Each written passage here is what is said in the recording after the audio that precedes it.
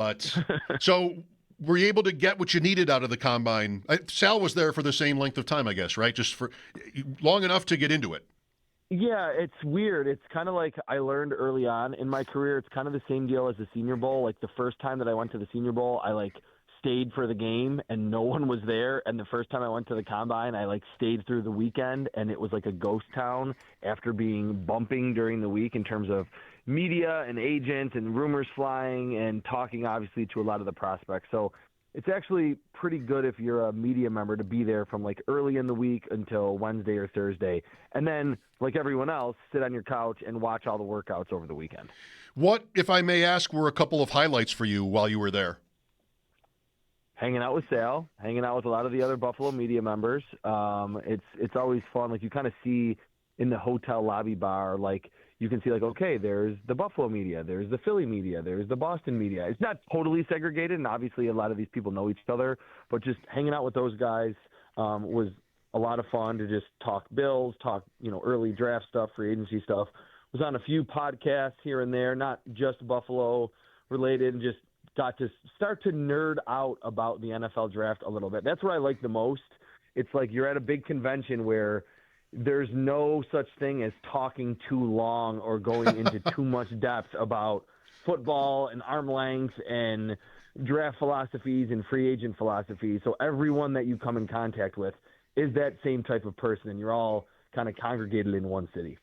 Well, naturally, it belongs in a convention center then, because it's like a convention. I mean, that's it is. Like-minded people. Yeah, arm length, hand size, all this kind of good stuff today with the linemen at work. What matters here, Chris? Your professional perspective on how important this kind of data is. Well, I know that it's first off, people want to just laugh at it and say, oh, arm length doesn't matter. Look at how good he was in college. If we're going to talk about Reuben Bain from Miami, I get why people want to say that because it seems silly, but there is a lot of historical data now that we have that indicates that arm length for defensive linemen and for offensive linemen, we talked about Will Campbell a lot after the Super Bowl, it matters. Now, it's not the ultimate disqualifier or something that even 95% of the time hints at someone being not able to play in the NFL. But Reuben Bain and even Cassius Howell, who's been mocked to the Bills in a few of the Daniel Jeremiah, Bucky Brooks mocks at NFL.com, had arms under 31 inches. And that is ridiculously short. And they're going to be facing not ACC and SEC offensive tackles. They're going to be facing on Sundays guys that are anywhere from 6'4" to 6'9" with 34, 35, 36-inch arms. It's going to make things a lot more difficult for them. So I think even before these guys have worked out, and a lot of them are actually working out now, it does kind of put a little ding or a red mark on what are two really good edge rusher resumes.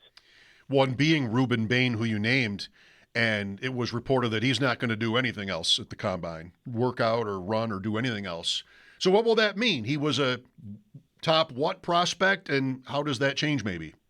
Well, I think from the consensus from talking to a lot of people about him this week and just going into the week, he was a consensus top 10, maybe even top 5 prospect, but there were all those concerns of how short are his arms going to be? How little is his wingspan going to be? And he looked kind of short on film. He was 6'2", a little over 6'2", I think just over 260 pounds. So he's got enough weight, but he's reasonably short, and he has historically short arms for the position. And we've talked about it the last 3 or 4 years on this show that more so than anything else, of course, you need to have a good college career to be a first-round pick, but the freak athletes and the guys that do check all those measurable boxes, those are the prospects that are almost always picked inside the top 5, inside the top 10, inside the top half of the first round. Now I think the conversation could arise until his pro day, and I'm sure at Miami he'll test reasonably well, but could Reuben Bain maybe not be that top 5 or top 10 pick, and then teams outside of the top 10 would probably feel like, hey, we're getting reasonable value now on a player that we thought was not going to be available. Yeah, this is fundamentally so much of what draft analysis is, which is performance versus measurables, and then then you consider the quality of the competition, age, and everything else. It surprises me we don't have the technology to know how long somebody's arms are until we measure them. Shouldn't we Yeah, be I able to mean, just watch Miami and be? yeah. Well, like teams, I mean, it's obviously not public facing or even the media doesn't have access to it, but like teams obviously kind of hint at, and we hear it on broadcast, that they have like the tracking data and they know how fast a player's running on the field. Right. And it's, you know, different from the combine running in the 40. I'm surprised that there's not a way that with all of the 50 different angles and 50 different cameras that they have for a game that they could say, oh, he's got this short of arms. I think people knew maybe just through like the scouting rumors and that you could kind of tell on film, but I don't think anyone thought that Reuben Bain's arms were going to be under 31 inches. I believe there's only been 3 other edge rushers at the combine since 1999 to have arms under 31 inches. So that's just to kind of set the precedent of the type of physical deficiency that he has, even though otherwise he would be an elite prospect, really, I think, in any other class. Also, aren't your arms supposed to be like your height stretched out? Like Usually, but I think we'll see. I haven't gotten a chance because I just got home to check some of the guys on the other end of this, but a lot of players, when you're watching them, it's like, oh my God, he's 6'4", but his arms look like they belong on a 6'7" body type. So it's usually pretty proportional, but for someone like Reuben Bain to be over 6'2", not every 6'2" guy. I mean, there will be receivers that are shorter than him that have longer arms than him. So he just has kind of a unique build in that sense that didn't necessarily harm him or hinder him in college. But again, when you're going that step up from the ACC to the NFL, it can make a big difference. I've always heard this, whatever myth or truism that's your height, fingertip to fingertip with your arms stretched out. But now I know it's not always the case because of the NFL Combine. Yeah, there you go. There are exceptions. and why wouldn't there be? With Chris Trapasso, so Chris, the second of these players you're telling us about here, Cassius Howell, you say is somebody that might be expected to be in the Bills' range of the first round, and he also had the short arm measurement today. So what might that mean? Is this the same situation, just a guy that's not rated as high to begin with? Yeah, I think for a lot of people, and kind of how I viewed him, is that it's like if you adored Reuben Bain on film, and probably if you wanted more of a stand-up outside rush linebacker, which the Bills presumably do now, if you can't get Reuben Bain, Cassius Howell is like the 1B option, or he's like the light version, the LITE version. Now I think I'm not going to say that he's going to be disqualified from being the 26th overall pick, but I think for the Bills' sake, it probably increases the chances that he's at least available when they go on the clock. Because, again, with Bain, the film and the production absolutely make him a top 5 or top 10 pick just based on that alone. Howell was very productive in the SEC at Texas A&M, so it's not like he's someone that's just was a athleticism-only type prospect, but not quite as good in terms of his production and the film. But now I think you could be talking about him as maybe an early second-round pick. And there will eventually be, obviously with Bain and Howell, a team that's like the talent and what they showed on the field in college is just simply too good to pass up at this point in the draft. Just might be a little bit later than we all thought going into the combine. On the other side of things, versus a couple of guys who may be disappointed in this stuff, is Caleb Banks. What can you tell us about Caleb Banks? So Caleb Banks, I sent out a tweet as I was making my way back here to Buffalo today that I saw his measurables. He's 6'6", 325, 326, and a lot of people responded like it could be a Pat Williams, Ted Washington type situation if the Bills were to draft him. He is a ridiculous athlete. He's like almost like a sleeker version of Deion Walker, and he's more explosive than Deion Walker relative to his size, if that's believable. And coming into the season at Florida, it was like, okay, this guy's going to be top 5, top 10 pick, like Reuben Bain. And then he didn't play quite as well, which is, again, weirdly similar to Deion Walker in his final season.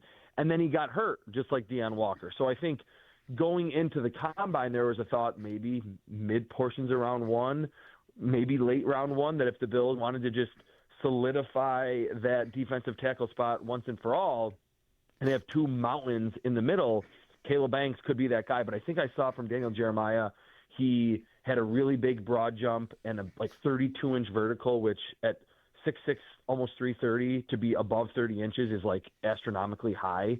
So it feels like because earlier in his Florida career, Caleb Banks was projecting and kind of felt like he was going to be that top half of the first rounder, a little bit of a bummer of a season in 25, got injured, and now seems to be all the way back and is just a legitimate specimen with crazy long arms too. So you don't have to worry about that. I think he had over 35-inch arms. So he is really that like built in a lab type defensive tackle. While we're talking defensive guys here, and we have some numbers from the combine to work with, David Bailey is your number one player. Yes. So he's someone that he's not a name that right now I think is drawing a ton of buzz, but for people that watched college football last season and saw how good Texas Tech was, especially on defense, it wasn't just the linebacker Jacob Rodriguez. David Bailey was like sensational, and he's someone that in talking to a few scouts that I know in the league and a few other of the nerdy like me draft analysts are like, oh yeah, David Bailey's a top 5 pick all day. I mean, he's a little older, and usually the edge rushers that are that productive are usually 21, 22, but everyone's kind of adjusting and realizing that in the NIL era, especially coming from Texas Tech, because they brought in a lot of transfers, that there are going to be guys that can still be picked highly that are 22, 23, 24. I think he's 23 right now. But everything from the production, the bend, the power, all of it's really good. And then to see that he didn't have short arms and he tested really well, big-time vertical broad jump, it feels like now, and again, it seems unfortunate for someone like Reuben Bain, but the disparity in their measurements and potentially their workouts once we see Bain work out at his pro day, that it feels like David Bailey will actually be the first edge rusher off the board. And maybe even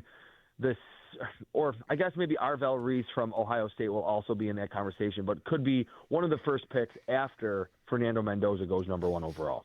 With Chris Trapasso. All right, so Jeremiah Love, the unanimous maybe number 1 running back prospect here. Earlier in the show, I was talking to Theo Greminger about him from Fantasy Points. I was going to say, this is your fantasy question, right? Well, it doesn't have to be taken in that context. Okay. But, sure, feel free to mix in how you feel about whatever landing spot he gets from a fantasy standpoint. You're always welcome to go in that direction, especially with me. Yeah. Theo said that he thinks it's realistic that Love could go as high as number 3 in this draft to Arizona, and that Tennessee makes sense at 4. I don't know about the Giants. Maybe that's up to the Scadabo injury at 5. That even in a period of time after Genty, who went 6, and he wasn't bad necessarily, but it didn't work, at least last year. And then whatever you want to say about Bijan Robinson, who's excellent, but he's never sniffed the playoffs either. What do you think? I know how you feel about running backs in general. We're like-minded about that. It's interesting to me, Chris, that even with those examples, the league might still be ready to go even higher with a running back prospect on teams that lost 14 games. It seems sensational to me that is actually true. But, yeah, there were some rumors just talking to people at night that Giants rumor about Scadabu's injury, that they would be really interested in Love at 5. It almost felt like this is still relatively early in the process, but that, like, Jeremiah Love's floor was the Chiefs at 9. And I'm like, did the Chiefs not learn from drafting Clyde Edwards-Helaire when they thought they were just a dynamic running back away? I mean, obviously the Chiefs went on to accomplish a lot of things, but it was in spite of that first-round running back pick. It is pretty crazy. I mean, I've cooled on the idea to be completely steadfast 100% against picking a running back in the first round because obviously you're getting that player technically in his prime. I mean, he's 22. He doesn't have a lot of wear on his tires. Like, that's the time that you want him to be inserted into your offense. But to your last point there, I think is a really good one. Would I ever want to pick a running back if I'm a GM of a team that has a top 10 selection, meaning we're not really that close? No, I wouldn't. So I think Jeremiah Love, to me, is like a better, more NFL-ready version of Travis Etienne, who's turned into a pretty good running back. It took him time. He got injured. But similar style, bigger body, runs kind of high, but super explosive, very well-balanced, can hit long runs, can be elusive, contact balance is all there. He's an elite running back prospect. But if we see Jeremiah Love go somewhere in the top 10 in 2026, that's just music to the ears of everyone picking after that because a player at a more premium position will be available. The one thing I will say that could be part of the reason why Love is going to be pushed up higher, the running back class is not very good. Like, it's really bad. It's not just Last year there was Genty, but there were so many others that were guys that you could get excited about. I've tried to watch players that have excited me at the running back position. It's just not there. I mean, his teammate Jadarian Price is there, Emmett Johnson, but beyond that, it's a very barren running back class. So if a team really feels like the Cardinals feel like they're a running back away, I could see him ultimately going that high for that reason too. And they shouldn't probably feel that way. I mean, no, they should not. They should not. By the way, fun fact, CEH got carries for the Chiefs this past year, including in the game against the Bills. Oh, he did. You're right. They brought him back. They brought him back for 2 games. I mean, he went 7 carries for 13 yards, and that's probably it. Oh, there you go. But that did happen. The latest on the quarterbacks from you, Chris. So that'll be Saturday, I guess, when they work out. And Simpson will be interesting. I wonder, what can he do? What can the quarterback of Alabama do? I mean, I say that way because of all the visibility he'd already have received. What can he do for himself at the Combine, good or maybe even bad? Well, wait, can I first remind all of your listeners that you were on Ty Simpson before anyone, that when you direct messaged me in October, you were like, hey, this Simpson guy, does he look like he could be a first-rounder? And I'm like, oh, actually, I think so. And then now it's like he's going to be the second quarterback off the board. It's pretty good early call by you on that one. Lucky guess, and I don't watch many games, so I got a little carried away there. I'm not even sure it played out that well. I mean, he didn't finish the season very strong, I think. No, that's true. I think what he could do is, I mean, I'm not sure. I haven't seen the reports if he's going to do a full workout or he's just going to throw. It seems like usually the quarterbacks the last 5 to 7 years that are cemented in specific spots are like they don't want to work out. If I were Ty Simpson, I would, unless I know I'm just not that great of an athlete, I would try to run the 40 and do vertical and 3-cone because I think that's one of the elements that Fernando Mendoza, he's not a big-time athlete. And that's one of the biggest separators for me, and it seems like the general draft industry as well, that he's not a Caleb Williams, he's not a Trevor Lawrence, he's not an Andrew Luck, he's not that off-script scrambler type player. And I think if Ty Simpson showed everyone, hey, Mendoza's not doing anything, he's just going to go through interviews and basically just talk to the Raiders, I'm assuming. But hey, I have, I can run in the 4.6s. I have a 35-inch vertical. I can do a little bit more off-platform or off-structure and as a scrambler. That's probably the best thing he could do because there's not really much of a difference arm talent-wise between those two quarterbacks. To me, I think it's silly to really, outside of a workout, in terms of the throwing session, I don't think it's smart to be taking anything away majorly from what those quarterbacks do throwing the football on air. Okay, 2 more. Over under first round 1.5 tight ends. It's starting to sound maybe like over. Yeah, the Ohio State kid is the other one. I'm blanking on his name right now. Kenyon Sadiq is going to be a first rounder, and he's kind of fascinating because he's not Rob Gronkowski frame. He's more like Charles Clay type frame, which is traditionally not picked that early. He's going to be like, I'm assuming like in the 6'3" range, 240. He's not really that big. Unless I'm totally blanking on another tight end. Okay. At this point, it seems like the Ohio State guy from talking to people like at the bar at night at the hotel lobby, it was that Ohio State tight end who didn't have a lot of opportunities in that scheme because of Jeremiah Smith and all the other talent that they've had at wide receiver, but he feels like that upside play. But that is a position where watch the combine and see, does anyone shoot up the board by running in the 4.5s with a 40-inch vertical and could ultimately be that late 20s to early 30s pick based on upside alone.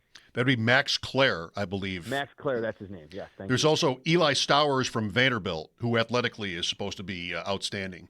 So I wonder what, I guess it depends some, of course it does, on what the other position, groups look like when you get to be around the Bills pick. Not that they would draft a tight end. It would be pretty crazy if they did that.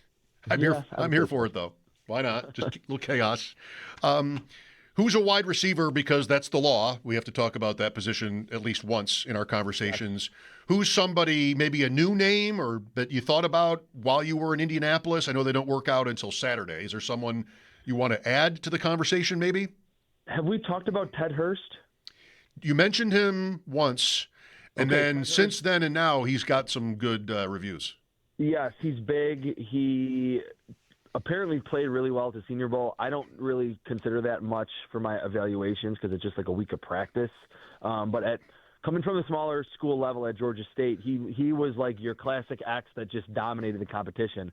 I want to see how he works out. Is he like a good athlete for Georgia State's football conference, or is he like a good athlete by NFL standards? So Ted Hurst is someone that I don't know if he could test all the way into the first round unless he had, has a DK Metcalf type combine. I don't think he would do that. But if the Bills go in a different direction in round 1, round 2 would, or even round 3 would absolutely be a possibility for him. Omar Cooper Jr., it seemed like he came into the week without a lot of buzz, and then everyone talked about how much they loved him on film from Indiana. He, to me, is very, very similar to DJ Moore. And I bring that up. That's like my comp for him right now until he works out. We'll see if those workouts compare, because Joe Brady was DJ Moore's offensive coordinator in 2020 in Carolina when DJ Moore averaged over 20 yards a catch. It was one of his most productive seasons in the NFL. And there's been a lot of these thoughts of, hey, maybe the Bills should trade for DJ Moore. Well, to me, it would make sense to just draft someone that's very stylistically similar to DJ Moore and get a 23-year-old that's not going to cost you an arm and a leg at this point. Works for me. Chris, good work. Are you glued to NFL Network here the rest of the week? Yeah, I mean, I don't want to say glued, but I'll certainly be. It's more tracking everything that's happening. They really only show the 40, and like every once in a while you'll get like, oh, here's this guy's vertical. Definitely tracking it online though and seeing the measurements and then 3-cone and all of the data that comes out. It's really fascinating to kind of see, obviously, just how the guys test, but again, to crystallize where these players will most likely be picked based on a lot of what transpires in Indianapolis. Very good. Always good information, and it's great to talk to you always. Thank you, Chris, and we'll do this again soon. All right. Thanks, Mike.